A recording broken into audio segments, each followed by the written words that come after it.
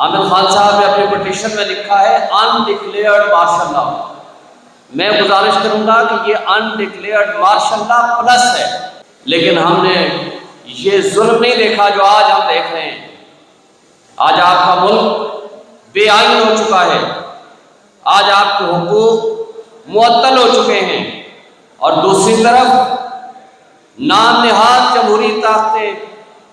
آئین کی گولڈن جبلی بنا رہی ہیں۔ میں سمجھتا ہوں آج آئین کی برسی منانی چاہیے تھی ان کو وقت بچانے کے لیے۔ السلام علیکم میرے دوست بھائی بہنوں،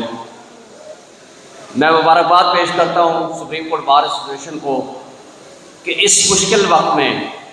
انہوں نے ایک بر وقت فیصلہ کیا اور آج یہ جو کنونشن رکھا جس کا عنوان ہی سب کے سامنے rule of law and constitution ہے۔ لیکن میں اپنے سارے دوستوں سے اسٹیج پہ بیٹھنے والے اور اپنے سامنے والوں سے پوچھتا ہوں، یہ جو آئین اور قانون کی حکمرانی کا جو تصور جو آج آپ نے جس کے اوپر کنونشن رکھا ہے، کیا آئین اور قانون پاکستان میں اس وقت موجود ہے؟ اور دوسرا سوال، عامر خان صاحب نے اپنے پٹیشن میں لکھا ہے انڈکلیئرڈ مارشل لا۔ میں گزارش کروں گا کہ یہ انڈکلیئرڈ مارشل لا پلس ہے۔ ہم نے مشرف کے خلاف تحریک چلائی، آزاد عدلیہ کی تحریک، صف اول میں آپ تمام دوستوں کے ساتھ ساتھ رہے، لیکن ہم نے یہ ظلم نہیں دیکھا جو آج ہم دیکھ رہے ہیں۔ آج آپ کا ملک بے آئین ہو چکا ہے، آج آپ کے حقوق معطل ہو چکے ہیں، اور دوسری طرف نام نہاد جمہوری طاقتیں آئین کی گولڈن جبلی بنا رہی ہیں۔ میں سمجھتا ہوں آج آئین کی برسی منانی چاہیے تھی ان کو، نہ کہ آئین کی گولڈن جبلی، اس لیے کہ جب کوئی شخص بات کرتا ہے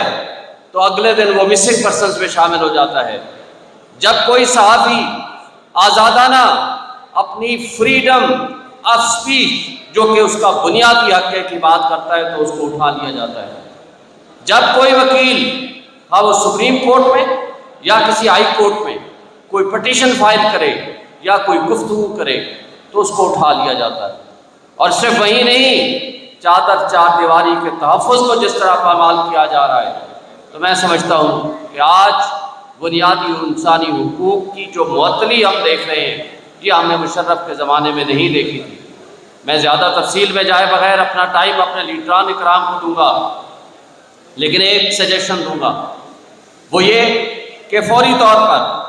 آج کی جو ریزولوشن آپ پاس کریں، اس کے بعد سپریم کورٹ بار ایسوسیشن اس جو بنیادی انسانی حقوق کی معطلی ہے، جو آئین کی معطلی ہے، جو سویلینز کے اوپر ملٹری کورٹ اور ملٹری لا لگا رہے ہیں، اس کے خلاف supreme court bar association petitioner بن کے سپریم کورٹ میں پٹیشن فائل کرے، اور Lahore high court bar association Lahore high court میں پٹیشن فائل کرے۔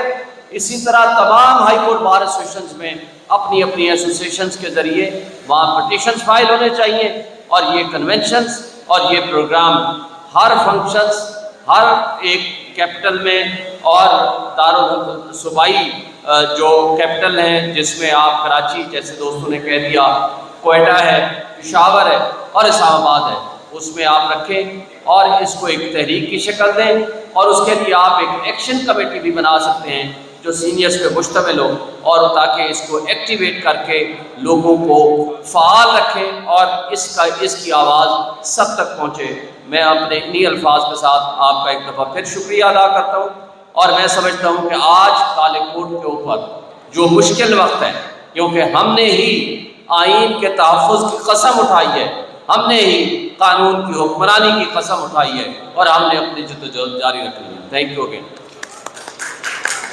بہت بہت شکریہ۔